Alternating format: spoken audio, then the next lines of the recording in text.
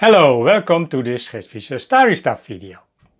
When I finished my study and got my first full-time job, I immediately bought an Atari ST with my first salary. An Atari Mega ST1, that was the maximum I could afford to spend. After a while I expanded the Mega ST1 memory byte to a 2.5 megabyte with an extra RAM extension board. Later I came across this 4 megabyte extension board which gave my Mega ST 4 megabytes. So I was left with a 2 megabyte board and I still have that one. I kept it in this box. Now I want to see if I can install this board in my 520 ST, giving it 2.5 megabytes memory.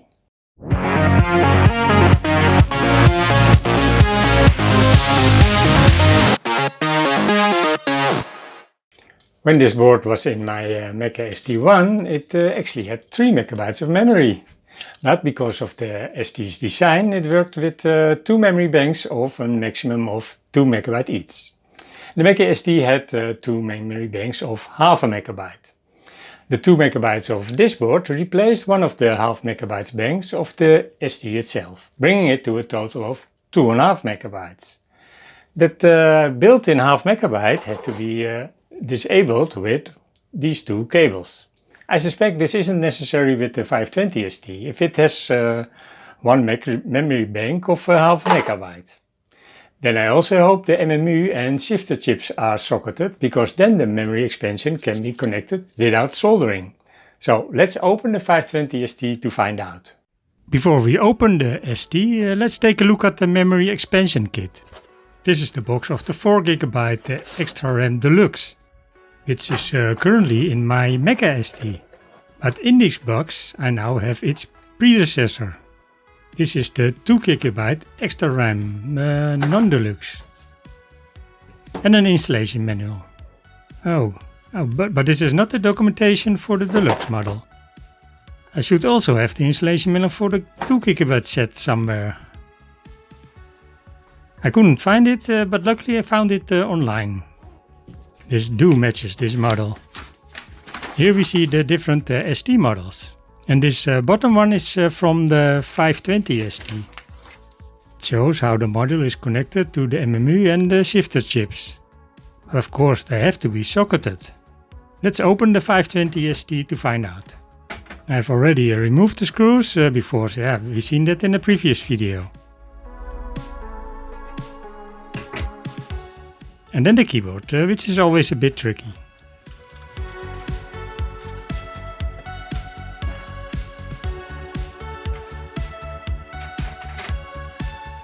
I've also already twisted open the tabs from the shielding.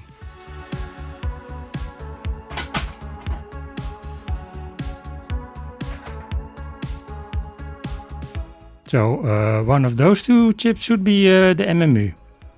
Let's check the documentation. It's this one next to the shifter box. That's this one. And the shifter is under the shielding.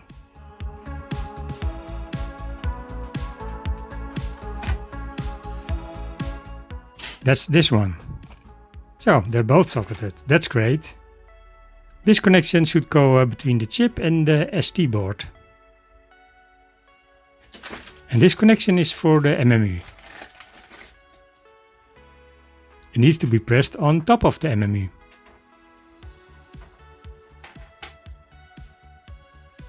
Then we can get started. First let's check if the MMU chip is compatible. There is a specific type that doesn't work with the memory expansion kit. I'll have to remove the bracket to read the model number.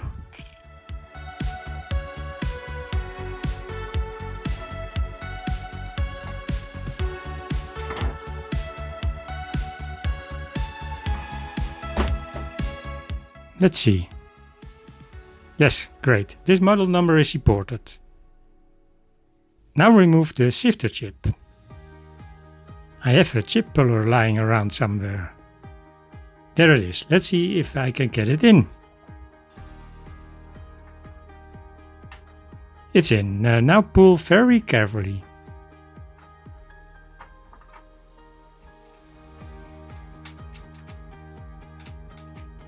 There is some movement.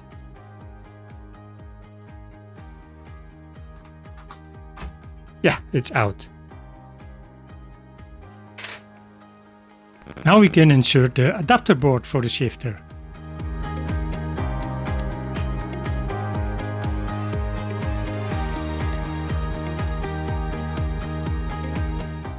It's in. And then the shifter chip on top of that.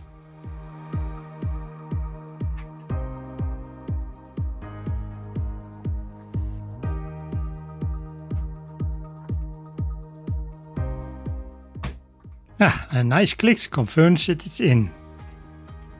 The next connection on the MMU chip. But then we need to know how to orient the adapter board. For this we need to know where pin 1 is. According to the description, this can be seen with a small dot on the chip and then 1 on the main board.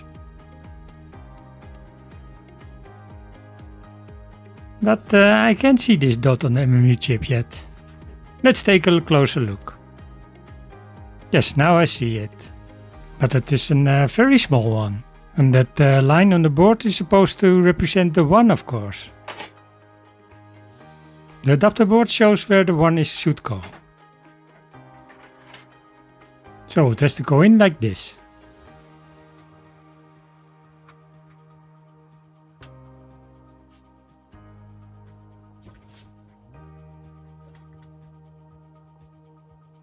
Well, that's a bit tricky. Ouch! Something got into my finger. That must have been one of the pins. Yes, there's one loose. Look, it's the first pin. So I have to solder this one back in. I have inspected the PCB carefully and the pin is induced, so I just pushed it back in. And I figured out another way to get the adapter in. First position it properly. And check to make sure it isn't shifted.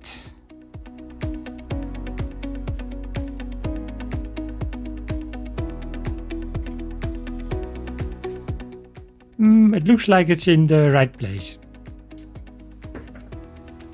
Now I press on the pins with the metal object, so no longer on the PCB itself.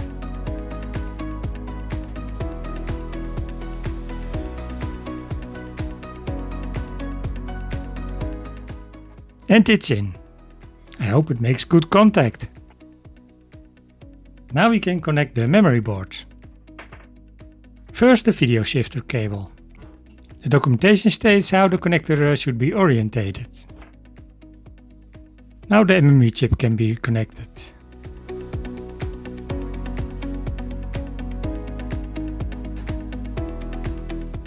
Then all that remains is the ground connection. For this is this green wire.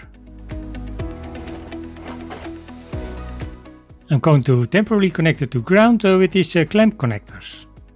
Then I have to find a place to connect it to ground. To this piece of shielding, for example.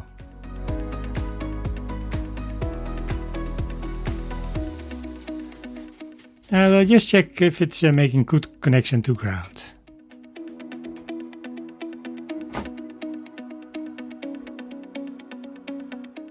Yes, it's making good contact. But still I'm not entirely satisfied with that connection to the shielding. It can come loose quite easily. I found a better place near this capacitor.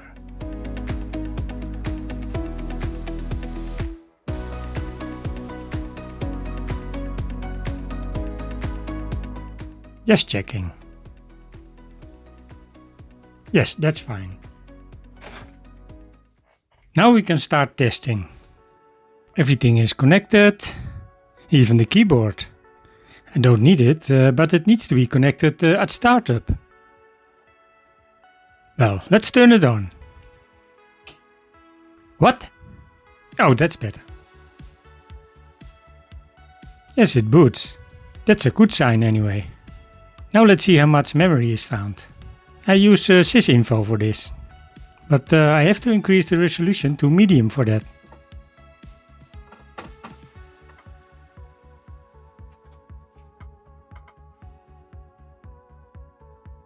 Well, let's see. Hey, total memory 2 megabytes. Strange. Total SD memory 2 megabytes. And then 2.5 megabytes of free SD memory. It seems to see the 2.5 megabytes, but it's shown in a strange way in sysinfo. But yes, the memory is found. So I think I can assume it works. That's great, of course. If anyone knows why this is displayed like this in sysinfo, please let me know in the comment section. Now that we know the memory expansion works, we still need to find a spot for it. The documentation says it fits exactly here at the top. And that does indeed fit well. But there are also 2 mounting holes in that spot. The documentation says you have to saw off 2 standoffs a bit for that. But I don't want to do that at all. Can't I place that just below that? But then it's a bit wobbly. There is a capacitor in the way there. Maybe I can replace it and mount it horizontally. Luckily I had a spare capacitor with exact the same values. And this new one is much smaller. It's so small that if I place it upright, it has the same height as the ROM chips. First apply some extra solder.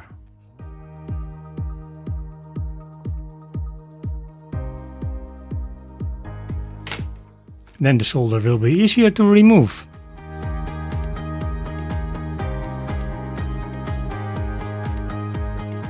Now the new capacitor can go in.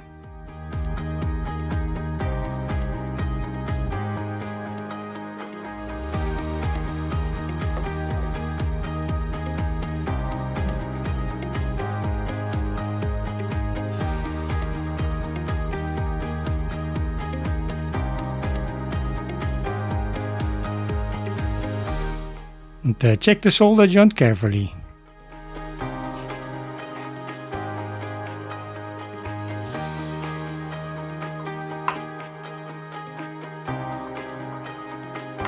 And the replacement is done. Yeah, now it fits much better. I put some tape on the edge of the shielding so it doesn't cut the flat cable.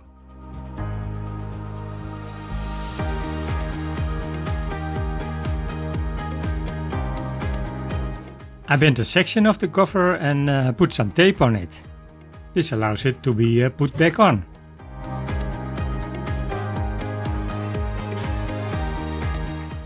I'm placing some feet on the chips for the board to rest on.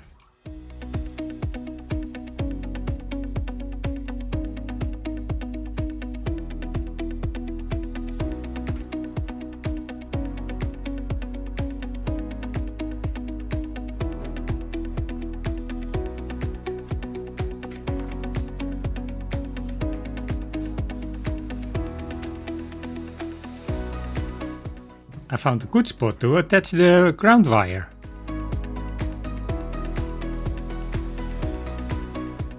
Just a little extra solder on it.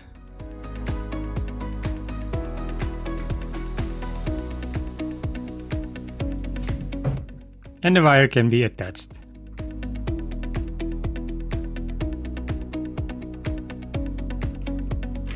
Now we will route the flat cables. This is a good route for the MMU cable.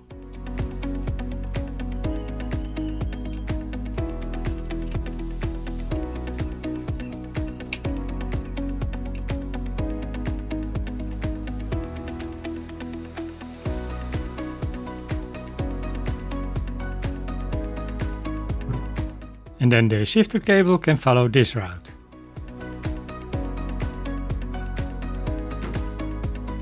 I secure them with some tape.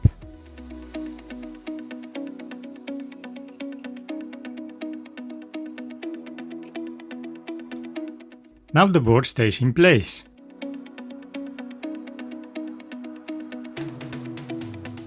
Now everything can be reassembled.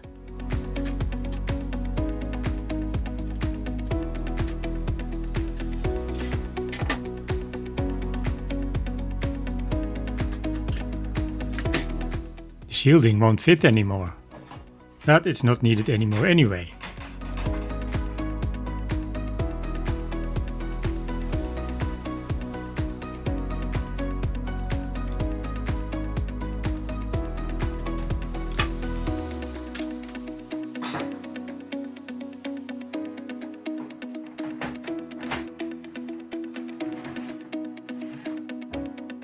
So I need to store that shielding somewhere safe.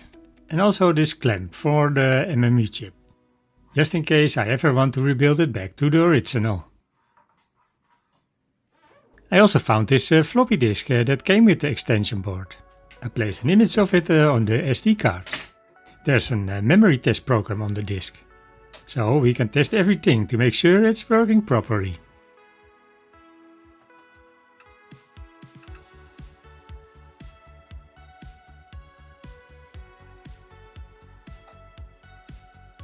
Look, it found 2.5 megabytes. That sounds good.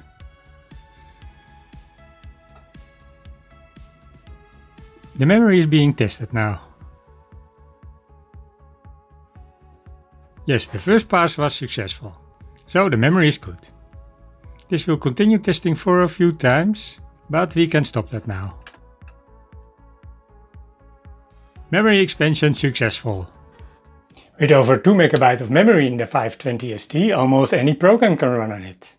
I'm very happy with that. And this brings us to the end of this video.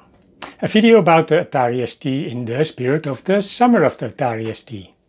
More Atari ST videos are on the way. But don't worry, not only videos about the Atari ST will be released. The other series will come soon. I'm also currently working on a big project with the 2600, which I hope to complete this year.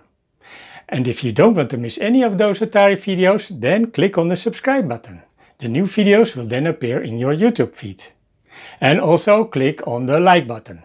You help the channel grow with that. But for now, thanks for watching and see you at the next Gespy's Atari Stuff video. Bye!